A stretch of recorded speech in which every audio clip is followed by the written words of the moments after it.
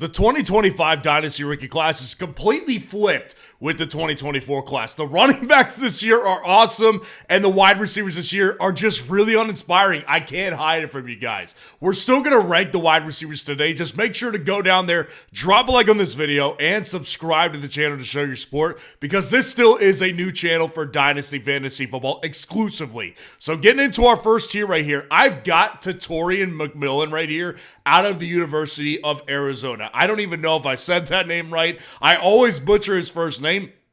Bottom line is this guy is absolutely the one who stands out the most in this entire rookie class right here. I mean, he's obviously just a big dude. He's 6'5", 212 pounds. Definitely looks like Mike Evans, and I guarantee you that he's going to be compared to Mike Evans throughout the entirety of his this entire offseason. When we're looking at this draft process, he's going to be compared to guys like Mike Evans. And it's of course going to be because of his size, but I will say this. I do think it's worth noting that he does use his size to his advantage. When you just watch this guy on film, he does absolutely use his size to his advantage. And that's something that I always find necessary to mention with bigger wide receivers, because not all of them do that. A lot of wide receivers like to play smaller who are bigger, and they don't always use their size to box out defenders and get 50-50 balls. McMillan does do that. Obviously, we can discuss what he did statistically over the last two seasons. It's really good. His sophomore year, he had 1,402 receiving yards. His junior year,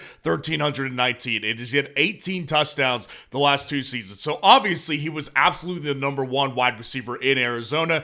Did really well for it as well. Now, when it comes to McMillan, I do think there's two particular things that kind of separate him from the rest of this class. One of those things is his yard after the catch ability. He does have really good yard after the catch ability. The guy can literally house a ball at any point. And honestly, it's so funny because one of my weaknesses I have outlined for him is he always looks slow off the ball. Like, it doesn't even matter what route he's running. The guy just looks slow when he comes off the snap. It just doesn't look like he's moving very fast. And even when he's like running down the field, he doesn't move that fast. But the guy has such long legs. He's got such long strides. It just makes him glide past everybody else. Now, the second separator for me is that he's a really strong hands catcher. And this particular trait, that's a really important one for me, because it shows me that this guy doesn't rely on body catches a lot of the time. That stuff typically translates really well to the NFL. When you've got a guy who can clearly make a great hands catch and doesn't rely on body catches all the time, that guy typically works out in the NFL. And I will say this, he absolutely did look like a man amongst boys a lot of the time that he played these last two seasons. But what I'm struggling here with, again, is how slow that he looks off the line. It almost looks like he's being lazy when he's coming off the snap. It doesn't look like he's really trying. And honestly, maybe it's because he doesn't freaking have to. Honestly, that's a very real possibility here. I also don't really fall in love with his route running. Like, it's not like he's a bad route runner, but it doesn't stand out to me or anything like that. Really, the only thing that stands out, not the only thing, but the biggest thing that stands out is how good how smooth he is, like after the catch, at the size that he has, and just how great of a hands catcher he is, though. I know most people obsess over big wide receivers in the draft, and I do like Torian McMillan, if I even butcher that name once again, but I do worry about how this style translates to the NFL. I don't think it's questionable, though, that he's a top 15 pick in the NFL draft, and I do think the first wide receiver off the board. Now, number two, I've got Luther Burton out of the University of Missouri. Mizzou guy right here, 5'11", 208 pounds. Definitely reminds me, when I watched him last year and kind of did some pre-analysis on Luther Burton, he always reminded me of Zay Flowers. Like, this guy's a really good separator, dominant in open field, and after the catch. He does make a lot of plays in that type of Zay Flowers mold. And even still, I do think that Zay Flowers is a really good comp for Luther Burton. He does separate well, and he is definitely good after the catch, but he does have some of Zay's shortcomings as well. Like we all know with Zay Flowers, right? He doesn't seem to dominate on a consistent basis at the NFL level. Now at Boston College, Zay Flowers absolutely did dominate. Luther Burton, though, he doesn't, like, it's a little bit alarming when you look at 2024 compared to 2023. This is my problem with Luther Burton right now. Because honestly, I came into the offseason kind of wanting to rank him over McMillan because I'm typically not a big fan of these really tall wide receivers. I like them shorter because this shows more versatility in the game. But just looking at the numbers, man, his production in 2024 was completely cut in half of what he did in 2023. And no, he wasn't injured. That was the same amount of games. He played a full season in 2024 and he lost half of his entire production. How does that happen for a guy who's supposed to be like a first-round wide receiver, man? It's really alarming. He also makes the majority of his plays in the slot, which is also a Zay Flowers, that's another Zay Flowers quality right there. And it's not necessarily that that's a bad thing or anything like that, but I do just think ultimately with Luther Burton, I don't see a ton of like versatility in his game outside of just him being on the slot. I think he's going to be exclusively a slot guy in the NFL. Now, here's the thing with Zay Flowers, right? In Baltimore, he does really well because the scheme is just right for him. Lamar Jackson is a thrower. Todd Monken is the offensive coordinator. It all kinds of lines up for him. But he's not a guy that I would say he could go to Detroit or he could go to Chicago and just like work everywhere. I don't think that's Zay Flowers. That's how I feel about Luther Burton. I don't think that he's going to be a guy that's going to work in every single NFL offense. He's not undersized or anything like that. I do think that he's bigger than Zay Flowers. Like, he's definitely a thicker body than Zay Flowers, but he does have those same limitations as a prospect guy. Like, he just doesn't have the profile of an elite number one, and I just don't know if I see him being an elite number one. Now, going to number 3, I've got Emeka Egbuka out of Ohio State still. I do like Emeka Egbuka, and I'm going to tell you the reasons why. There's a lot of them. Like, he's an Ohio State guy. Ohio State generates really good wide receivers at the NFL level, along with LSU. Like, that's just, these are 2 top schools at developing wide receivers. Emeka Egbuka also does have the size of a prototypical X receiver in the NFL, aka number 1 wide receiver for any NFL team. He has that size, 6'1", 205 pounds. Now, there's a lot of things working in his favor, like I just said. Prototypical size is absolutely one thing. I think he's got the skill set of a number 1 as well. He's got burner speed, absolutely burner speed. He can break off big plays at any moment when you watch this guy on film. Now, again, he's an Ohio State wide receiver. These guys typically work out in the NFL to some degree. Some of them are wide receiver 1s, like Jackson with the Jigba is going to be, and Garrett Wilson already is. Some of them are still going to be good players. Maybe a Marvin Harris Jr. falls into the Chris Olave category, more so than the Garrett Wilson category. But either way, the recent success with wide receivers out of Ohio State is really, really deep. The point I'm trying to make here is that Emeka Egbuka, because he's coming out of Ohio State and has produced for them over the years, he does get a bump up in my rankings because of that. He also showed the ability to run several different routes in the route tree throughout his entire career. Although I will say this, he primarily made his bones in 2024 on deep routes and screen plays, like wide receiver screens and deep routes. That was typically where he was producing in 2024. Now, here's the deal. He was not capable of stringing together another campaign as dominant as he did in his sophomore season, and that's a huge problem for me. Honestly, I thought he was going to be potentially the number 1 wide receiver in this class, if not the wide receiver 2. I can't put him there realistically because this guy in that sophomore year, he peaked at 1,151 yards and 10 touchdowns and was injured a few games in 2023. Still played enough to get 1,000 yards, but he didn't do that. And he had just 947 yards and 10 touchdowns in 2024. That's not a bad season or anything like that. I'm not trying to dog the guy for a bad season, but that's just clearly not what we were expecting based off of his sophomore year that he just never lived up to again. That's a big problem for sure. So what it ultimately makes me think of is back to the wide receiver comparison. Is he going to be like what we saw in 2024, right? He just was not the alpha. He was not the alpha wide receiver 1. Was he the Chris Olave to Jeremiah Smith being the Garrett Wilson for this team? I think that's kind of what it was. Or is he just going to disappoint in the NFL?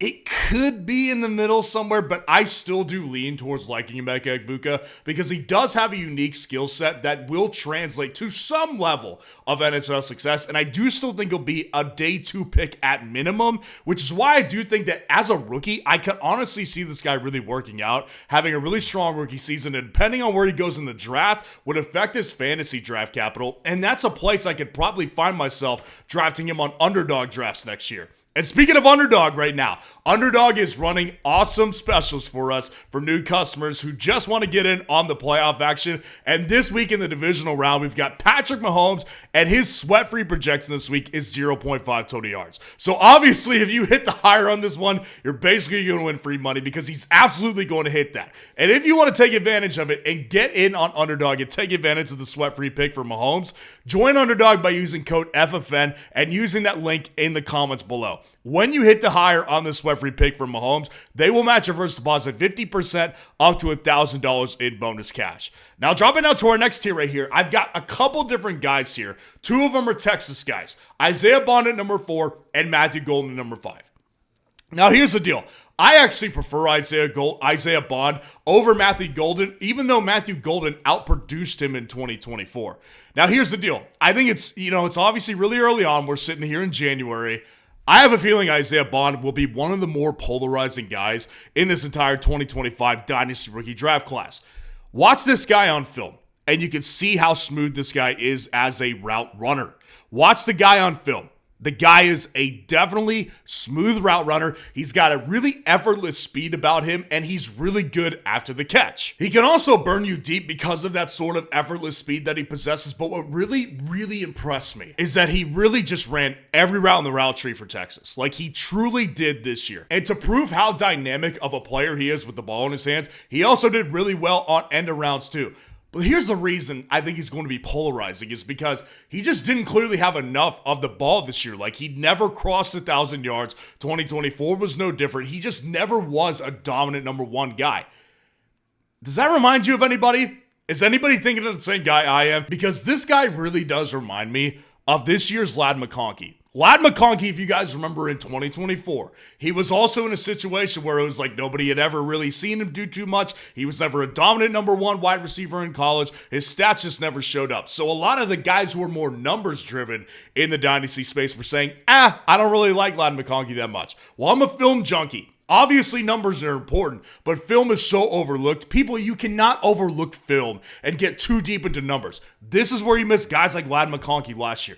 This is how I feel about Isaiah Bond this year. I think he's this year's Ladd McConkey because of the fact that the film is there. All the things that he needs to do are on tape for him. They're all on tape. So even though it was not there on the numbers basis, like it just wasn't there, I definitely see it on film with this guy. More so than I see it with Matthew Golden, who is a bigger wide receiver than Isaiah Bond. He's 6 foot, 195 pounds. Not that much bigger than Isaiah Bond at 5'11", 180, but he's definitely a little bit bigger and just looks a little bigger on film as well. Now again, even though Golden outproduced Isaiah Bond, I prefer Isaiah Bond because what I saw with Golden though is that he definitely is he's definitely a gamer. This guy definitely is a playmaker, but he was really more of a significant downfield threat for Texas more than anything. I didn't see this guy just dominate on as many routes in the route tree as I saw with a guy like Isaiah Bond. He just wasn't as dominant running all the different routes in the route tree. He was really kind of mainly making a lot of big plays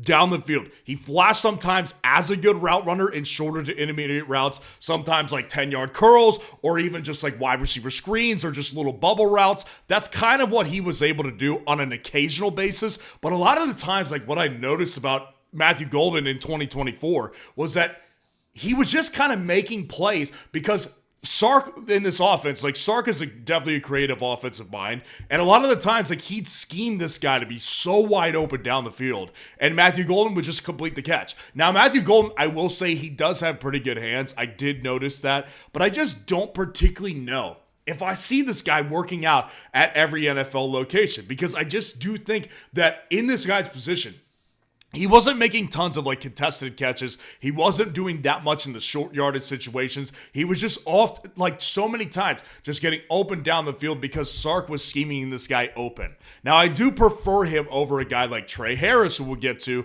maybe later in this video, because of the fact that he was a true freshman breakout at Houston. And that does mean something. When we start going through my wide receiver prospect model, you will see that. But I don't think that this guy is really going to dominate as a number 1. And I honestly think that him just being a number 5 kind of highlights how weak this wide receiver class is this year. Now, rounding up this tier, I've got Travis Hunter out of University of Colorado. Obviously, guys, I mean, he doesn't need an introduction. Like, everybody knows who Travis Hunter is at this point. He's one of the best athletes college football has ever seen. Ever. This guy he played two ways. Like, obviously, everybody knows who Travis Hunter is. I think we need to have just a moment of honesty with this one, though. If he really wants to be a wide receiver in the NFL, if that's what he chooses the path to be at the NFL level, he's going to need some work, guys. He just absolutely will. Yes, he's one of the best playmakers in this entire class. He makes 50-50 balls, 80-20. The guy is absolutely awesome making contested catches. We're just identifying his strengths as a wide receiver right now. Keep in mind, he's dominant in the red zone as well, on fade routes and on slant routes. He does often find a lot of separation on slant routes at the red zone. He's also dominant after the catch and on end arounds because he's just flat out a stud playmaker. This guy, anytime he has the ball in his hands, he's going to dominate, man. But in reality, the only time that he creates separation as a wide receiver is going to be on deep routes and on red zone slants. Like, even on deep routes, though, he's not always getting open because of the fact that he's separated based off a good route. A lot of the times, those are 50-50 balls. Whenever he does separate, it's usually because he's just got by this guy with pure speed. But this guy is not a precise route runner. He's just not. And I'm not even blaming the guy. I mean, he played two positions in college football. He played 95 to 100% of the game on every single freaking college game that he ever played on. So he never really had time to like sit and work every single day and every single week on wide receiver position, running routes, making great hands catches. Like, he never really learned about like body control at an extreme level. He just never did that because he was spending time at the cornerback position as well. Am I saying that he can't do it if he commits to it? Absolutely, I'm not doubting this guy. If he sits there and says to himself right now, I want to be a wide receiver in the NFL, and I'm going to commit to doing everything great at the wide receiver position and really perfecting that crap because that's what I want to be at the NFL level. I think if he did that, he could absolutely develop into a really good route runner. At this moment, though, it's still uncertain whether he's going to be a quarterback or wide receiver. Maybe he plays both. I don't think he'll play both because the NFL is just a different animal, but he is absolutely the closest thing we've seen to Deion Sanders since Deion Sanders.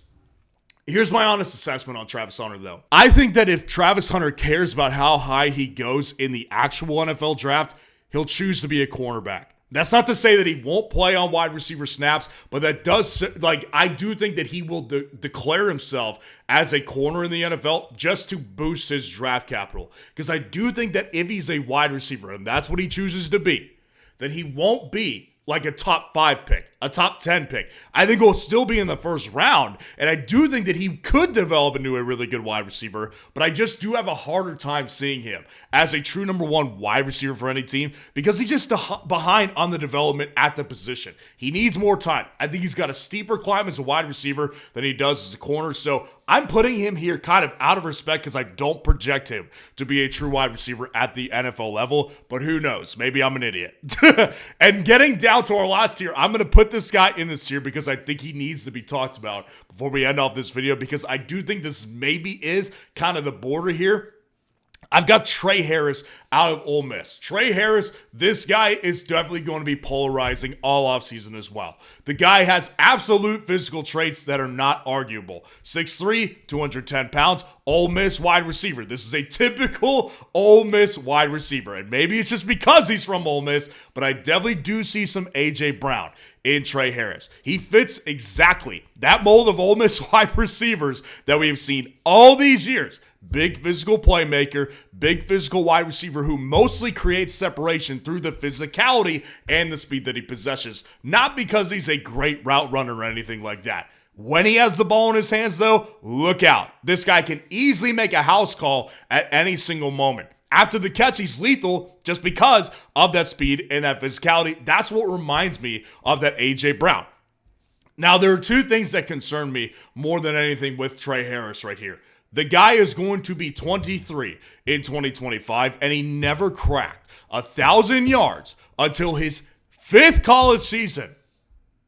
5th college season right here. What does that remind you of? It reminds me of guys like Xavier Legette out of last year out of South Carolina. It reminds me of Jonathan Mingo out of Ole Miss in 2023. You know, there's a lot of guys that this does remind me of that could go in a very, very bad direction right here.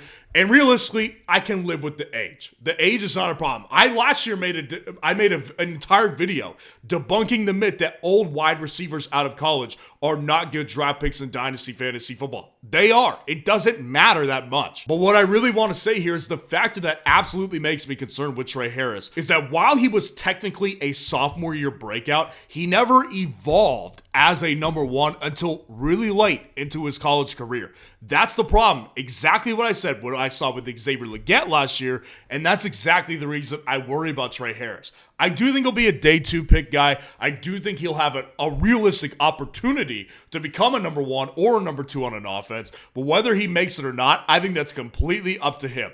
I think he can work in any scheme. I do think this is truly a boomer bust guy, and I do kind of lean closer to the bust side, but I'm putting him here at 7 because I obviously see the tons of physical traits that he absolutely has. So let me know what you think of the wide receivers in this class, and if you want to see the top running backs in this class, click on this video right here.